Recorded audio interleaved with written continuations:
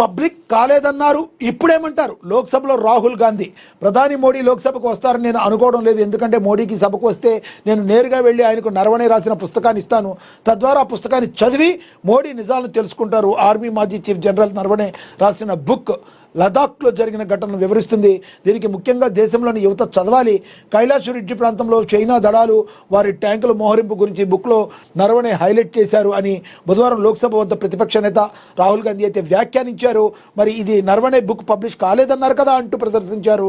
మరి చైనా బలగాలు భారత భూభాగంలోకి ప్రవేశించినప్పటికీ స్పష్టమైన అనుమతి లేని పక్షంలో భారత బలగాలు కాల్పులు జరపకూడదనే సమయంలో టాప్ నుండి అందించిన స్టాండింగ్ ఆర్డర్ అని చెప్పి రాహుల్ గాంధీ చెప్పారు. దీన్ని మొన్న పార్లమెంట్లో మాట్లాడినప్పుడు మరి రాజ్నాథ్ సింగ్ రక్షణ శాఖ మంత్రి ఏదైతే మరి తీవ్రంగా ఖండించారు. మరి మీ దగ్గర ఎటువంటి ఆధారాలు ఉన్నాయని చెప్పి రాహుల్ గాంధీని ప్రశ్నించారు. మరి మీ దగ్గర అలాంటి బుక్ ఉంటే తీసుకురావాలి మీరు అని చెప్పారు. కానీ ఇదిగో నరవణే రాసిన బుక్ నా దగ్గర ఉంది అని చెప్పి దీన్ని ప్రదర్శించారు. ఈరోజు మీరు పార్లమెంటుకు రారేమో అని నేను అనుకుంటున్నా. ఎందుకంటే వస్తే డైరెక్ట్గా మీ దగ్గరికి తీసుకొచ్చి ఇది ఒకసారి చదవండి అని చెప్తాను. అదేవిధంగా భారతదేశంలో ఉన్న యువత మొత్తం కూడా ఈ బుక్ను చదవాలి అని చెప్పి రాహుల్ గాంధీ చెప్పడం అయితే జరిగింది. మరి చూద్దాం రానున్న రోజుల్లో ఇది ఏ మేరకు ఎంతవరకు దీని ఇంపాక్ట్ అనేది ఉండబోతుంది అనేది తెలుస్తుంది. ఇక లాయర్గా మారిన సీఎం మమత దేశ చరిత్రలో ఇదే తొలిసారి ఈసీపై ఫైర్. సుప్రీంలో వాదనలు. పశ్చిమ బెంగాల్ ముఖ్యమంత్రి మమతా బెనర్జీ న్యాయవాదిగా మారారు. సుప్రీంకోర్టులో వాదనలు వినిపించారు. ఒక ముఖ్యమంత్రి నల్లకోటు వేసుకుని లాయర్గా మారి సుప్రీంకోర్టులో వాదనలు వినిపించడం దేశ చరిత్రలో ఇదే మొదటిసారి అని కూడా మరి తెలుస్తుంది. లాయర్గా ఇదే తొలిసారి ఈ ఘనతను మమతా బెనర్జీ సాధించారు. SIR పేరుతో బెంగాల్లో 58 లక్షల ఓట్లను తొలగించారని ఆరోపిస్తూ సర్వోన్నత న్యాయస్థానంలో పశ్చిమ బెంగాల్ ముఖ్యమంత్రి మమతా బెనర్జీ సవాల్ చేశారు. ఈ కేసులో బుధవారం స్వయంగా ఆమె సుప్రీంకోర్టుకు వెళ్లి తన వాదనలు వినిపించారు. ప్రధాన న్యాయమూర్తి జస్టిస్ సూర్యకాంత్ ఛాంబర్కు వెళ్లి దీదీ తన వాదనలు వినిపించడానికి 5 నిమిషాల సమయం కోరారు. దీనికి CJI అంగీకరిస్తూ 15 నిమిషాలు తీసుకోండి అని చెప్పారు. న్యాయం మూసిన తలుపులు వెనుక ఏడుస్తుందని మమతా బెనర్జీ ఆవేదన వ్యక్తం చేశారు. సార్, సమస్య ఏమిటంటే చివరికి మాకు ఎక్కడ న్యాయం జరగడం లేదు. నేను ECIకి 6 సార్లు లేఖలు రాశాను. అయినప్పటికీ ఎలాంటి సమాధానం రాలేదు. న్యాయం మూసిన తలుపుల వెనుక రోధిస్తుందంటూ ముఖ్యమంత్రి తన వాదనను ప్రారంభించారు. దీంతో ఈ అంశం ఎన్నికల కమిషన్పై పూర్తి స్థాయి దాడిగా మారింది. మమతా బెనర్జీ అభ్యర్థన నిజమైందని ధర్మాసనం అంగీకరించింది. ప్రతి సమస్యకు పరిష్కారం ఉంటుందని హామీ ఇచ్చింది. బెంగాల్ సీఎం పిటిషన్పై ఎన్నికల సంఘానికి ధర్మాసనంకు నోటీసు కూడా జారీ చేసింది. చూడాలి మరి రానున్న రోజుల్లో సుప్రీం ఎటువంటి నిర్ణయం తీసుకుంటుంది, మరి ECIకి ఎట్లాంటి సూచనలు జారీ చేస్తుందనేది మనం వేచి చూడాల్సిన పరిస్థితి. ఈ రకంగా మరి అదేవిధంగా జగిత్యాల ఎమ్మెల్యే సంజయ్కి క్లీన్ చిట్ ఇచ్చారు. అనర్హత పిటిషన్ కొట్టేసిన స్పీకర్. ఫిరాయింపు కేసులో కీలక పరిణామం.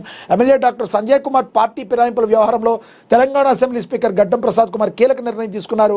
ఎమ్మెల్యే సంజయ్పై BRS దాఖలు చేసిన అనర్హత పిటిషన్ స్పీకర్ కొట్టేస్తూ ఆయనకు క్లీన్ చిట్ ఇవ్వడం అయితే జరిగింది.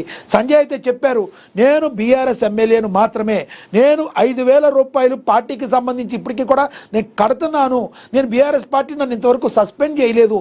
నేను BRS పార్టీ అభ్యర్థిని కాక ఎక్కడైపోతాను. కేవలం నా నియోజకవర్గ ప్రజల యొక్క మరి వాళ్ళ అభివృద్ధి కోసం మాత్రమే ప్రభుత్వంతో కలిసి పనిచేస్తున్నాను, కానీ నేను BRS ఎమ్మెల్యేని మాత్రమే అని చెప్పి సంజయ్ పునరుద్ఘాటించారు. అదేవిధంగా గడ్డం ప్రసాద్ కుమార్ కూడా మరి సంజయ్కి క్లీన్ చిట్ ఇవ్వడం అయితే జరిగింది. అదేవిధంగా BRS నేత జగదీష్ రెడ్డి చేసిన అనర్హత పిటిషన్ స్పీకర్ గడ్డం ప్రసాద్ కుమార్ కొట్టివేస్తూ ఎమ్మెల్యే సంజయ్కు క్లీన్ చిట్ ఇవ్వడాన్ని BRS నేతలైతే తీవ్రంగా ఖండిస్తున్నారు. రాజ్యాంగబద్ధంగా నడుచుకోవాలని స్పీకర్కు తెలంగాణ ప్రభుత్వానికి సూచిస్తున్నారు. ఇప్పటికే ఈ కేసులో విచారణ పూర్తి చేసిన స్పీకర్ సుప్రీంకోర్టు గడువులోపే తన నిర్ణయాన్ని వెలువరించారు. నియోజకవర్గ అభివృద్ధి కోసమే ముఖ్యమంత్రి రేవంత్ రెడ్డిని కలిశానని, ఇప్పటికే తన వేతనం నుంచి నెలకు 5,000 నోట్ దిస్ పాయింట్ 5,000 రూపాయలు BRSకు విరాళంగా వెళుతుందని ఆయన సంజయ్ చెప్పారు. దీని మీద BRS పార్టీ ఏ రకంగా స్పందిస్తుందో చూడాలి. ఎందుకంటే మీరు పార్టీ నుంచి సస్పెండ్ కాలేదు, 5,000 రూపాయలు ఆయన ఇస్తున్నారు. ఆయన BRS ఎమ్మెల్యే కాకుండా ఎక్కడికి పోతారు? అంటే ప్రభుత్వంతో కలిసి పనిచేసి ముఖ్యమంత్రిని కలిసినంత మాత్రాన మరి వాళ్ళు కాంగ్రెస్లో జాయిన్ అయిపోయినట్టేనా, మరి కాంగ్రెస్తో ఉన్నట్టేనా? ఇప్పుడు రేవంత్ రెడ్డి గారు మరి నరేంద్ర మోడీని కలిస్తే ఆయన బీజేపీ మంచి అయిపోతాడా? మరి ఈ రకంగా మాట్లాడుకుంటే చాలా ప్రశ్నలకి బీఆర్ఎస్ పార్టీ సమాధానం చెప్పాల్సి ఉంటుంది. మేము పాలించినప్పుడు ఎట్టా ఉన్నామో, మేము ప్రతిపక్షంలో ఉన్నప్పుడు కూడా అలాంటి క్వశ్చన్లు వేస్తాం, మీరందరూ మా కింద కూర్చొని మాకు సమాధానం చెప్పాలి అన్న తత్వంగా బీఆర్ఎస్ అహంకార ధోరణితో ముందుకెళ్తుందని చెప్పి రాజకీయ విశ్లేషకులు నెత్తినోరు కొట్టుకుంటున్నారు.